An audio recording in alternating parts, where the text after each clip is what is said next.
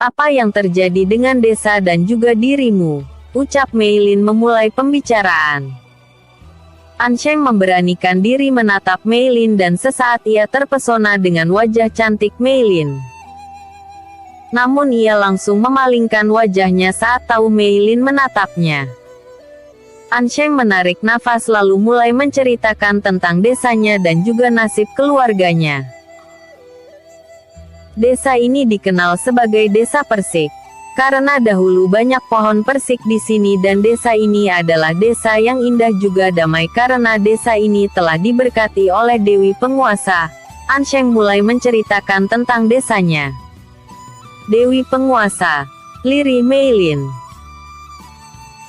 Ya, Dewi Penguasa sangat menyukai buah persik yang tumbuh di desa kami. Saat sang Dewi turun ke dunia bawah ia selalu kemari untuk menikmati buah persik. Itulah mengapa Dewi memberkati desa kami kesejahteraan dan kedamaian. Ayahku adalah kepala desa di sini. Ia menjaga desa ini dengan begitu baik hingga suatu ketika bangsa iblis datang dan mulai menghancurkan desa ini melalui orang-orang yang bersekutu dengan bangsa iblis karena mereka tahu desa ini adalah desa yang disukai Dewi di dunia bawah. Mereka menyerang desa. Ayahku, aku dan para penduduk desa yang tak bersekutu dengan iblis berjuang mempertahankan desa. Namun kami kalah karena mereka mendapat bantuan dari para iblis. Banyak penduduk yang kehilangan nyawa termasuk ayahku. Lanjut Ansheng.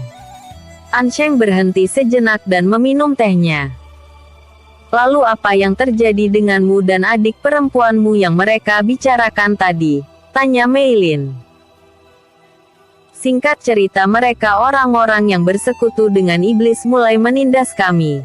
Salah satunya adalah menteri desa ini yang berkhianat dan membunuh ayahku agar ia bisa menjadi kepala desa. Di bawah kepemimpinannya, ia menindas semua warga, mengambil semua harta benda warga, memperkerjakan mereka dengan tidak layak dan mengambil gadis-gadis muda di desa ini untuk ia nikmati. Cerita Ansheng mengingat awal mula bencana ini datang. Aku yang awalnya melawan kekejian mereka namun akhirnya harus terpaksa tunduk karena mereka membunuh ibuku, menculik adikku dan membawanya ke pria keji itu. Mereka mengancamku jika aku melawan mereka akan membunuh adikku. Geram Ansheng saat teringat akan kekejian mereka.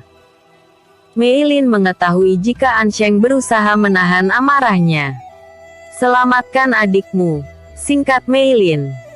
Ansheng menatap Meilin. Aku sudah melakukannya. Berbagai cara aku lakukan namun hasilnya nihil.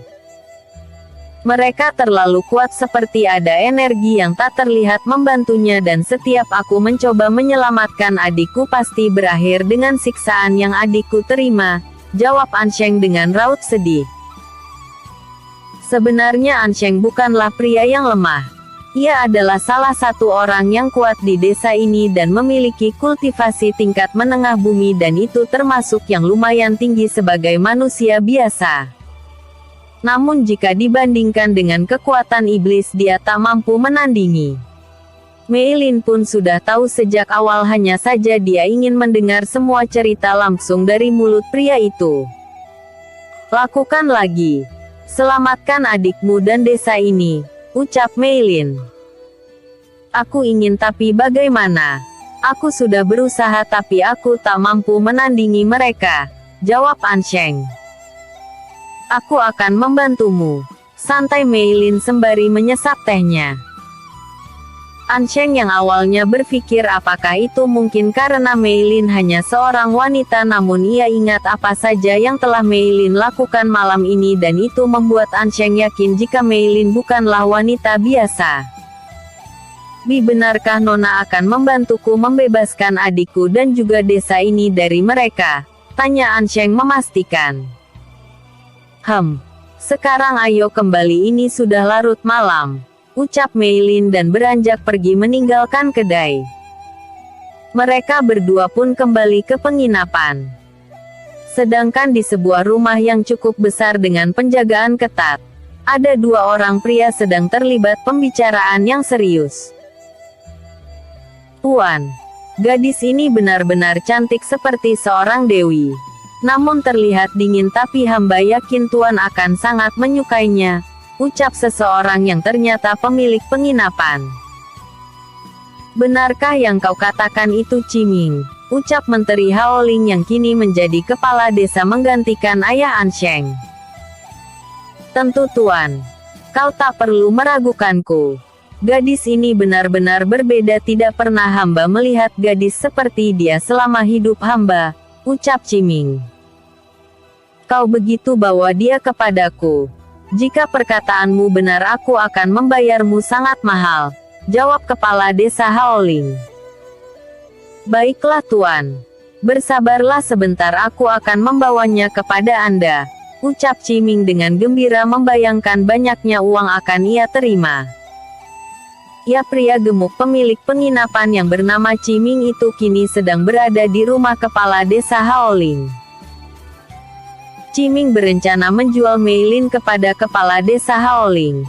Seperti yang selalu ia lakukan kepada setiap pengunjung perempuan yang menginap di penginapannya, pasti dijualnya kepada kepala desa Haoling dengan paksa.